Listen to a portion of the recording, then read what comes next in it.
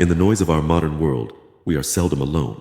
Our minds are constantly bombarded with information, thoughts, distractions. But what if being alone, truly alone, could be the path to changing your life? Miyamoto Musashi, the legendary samurai, believed so. He spent most of his life in solitude, honing his craft and developing his philosophy. In his final work, Dokkodo, or the Path of Walking Alone, Musashi left us 21 precepts that guide a person towards a fulfilling life, a life enriched by the power of solitude. Join us as we delve into Musashi's philosophy of solitude and discover how being alone can indeed change your life.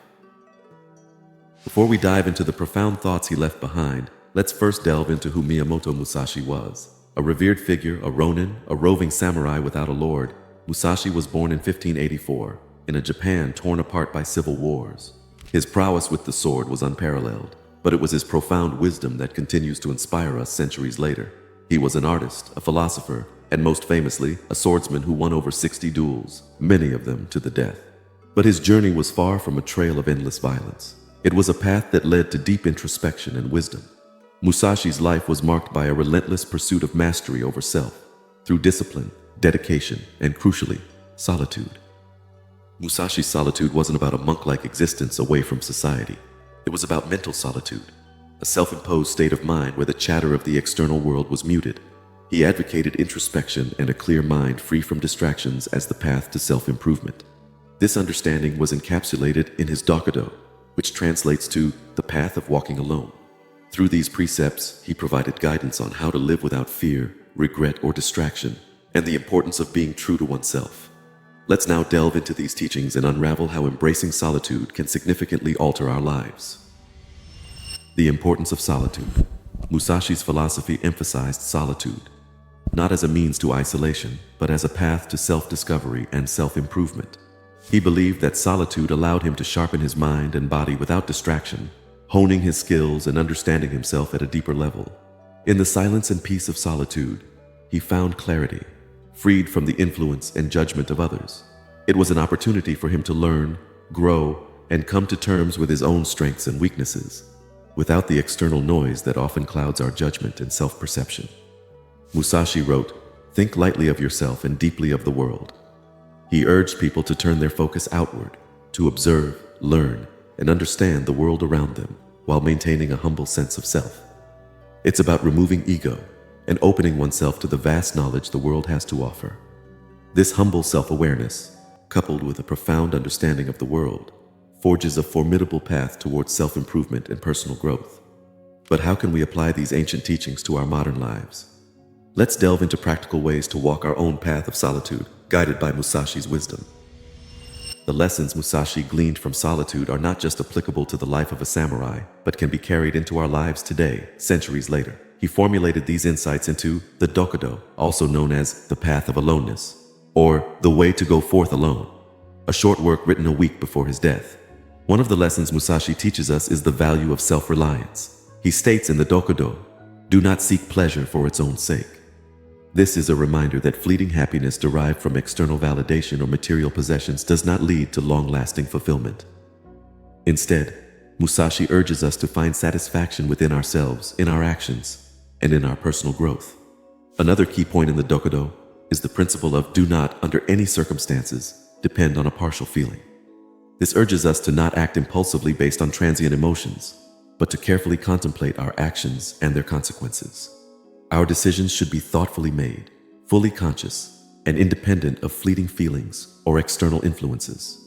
Furthermore, Musashi highlights the importance of being unattached to physical and temporal things. In the Dokkodo, he advises, do not hold on to possessions you no longer need. This counsel to let go of unnecessary attachments isn't just about material possessions. It also extends to relationships, habits, and thoughts that no longer serve us. It's a lesson in decluttering our lives, physically and mentally, creating more room for growth and transformation. In another precept, he states, do not fear death. This is not a call to be reckless, but an encouragement to live fully and fearlessly, with the understanding that death is a part of life. It's a prompt to live each day as if it were your last, cherishing every moment and taking opportunities as they come. And lastly, he urges us to be detached from desire your whole life long. This teaches us to free ourselves from the constant yearning for more that often leads to dissatisfaction and unhappiness. It's about learning to be content with what we have while still striving for self-improvement. These are just a few of the principles Musashi left us in his Dokkodo. They provide us with a roadmap for navigating life, highlighting the value of introspection, self-reliance, thoughtful decision-making, and detachment from the superfluous. Today's world is vastly different from Musashi's time. We're constantly connected, with technology tying us together more closely than ever before. But while these connections can bring us closer, they can also prevent us from truly being alone, from experiencing solitude in its fullness. Yet, as Musashi emphasized, solitude holds immense value for personal growth and self-understanding. So how can we implement Musashi's lessons on solitude in our interconnected world? Firstly, we can practice solitude by regularly taking time away from the hustle and bustle of daily life.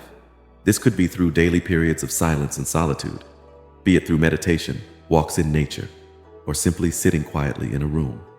During these times, allow yourself to think, reflect, and just be. Secondly, consider practicing digital detoxing.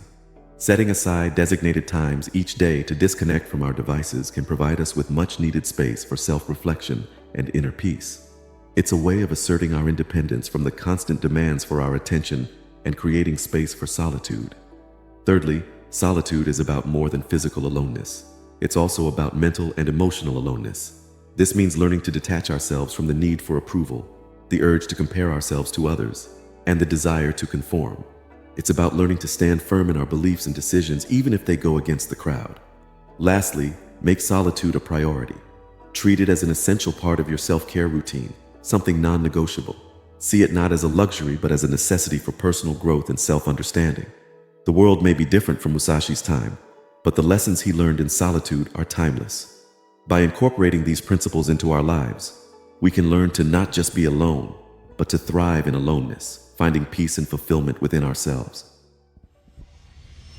Addressing the challenges. Embracing solitude isn't always easy. It often goes against our instincts for connection and social interaction. We can even fear solitude, associating it with loneliness, isolation, or rejection.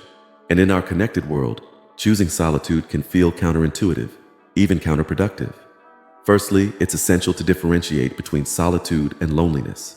Loneliness is a state of emotional distress, a sense of being socially isolated or cut off. It's an unwanted state, a feeling of disconnection. Solitude, on the other hand, is being alone without feeling lonely. It's a positive and constructive state of engagement with oneself. Secondly, realize that solitude isn't an all-or-nothing concept. You don't have to retreat into a cave or live as a hermit to experience solitude. Instead, it's about finding balance. It's about incorporating periods of quiet, introspective alone time into your daily life. Thirdly, remember that solitude requires intentionality. It's a conscious choice, a deliberate act. It's about making time for yourself, for your thoughts and reflections. Lastly, embrace the discomfort that can come with solitude. This discomfort can be a sign of growth, a sign that you're challenging yourself, pushing your boundaries, and stepping out of your comfort zone. Musashi understood the challenges of embracing solitude, yet he also recognized its benefits. Through his life and his teachings, he gives us a blueprint for overcoming these challenges and harnessing the transformative power of solitude. The journey through the life and teachings of Miyamoto Musashi is a powerful reminder of the significance of solitude in personal growth and self-realization. The path to self-mastery often requires walking alone.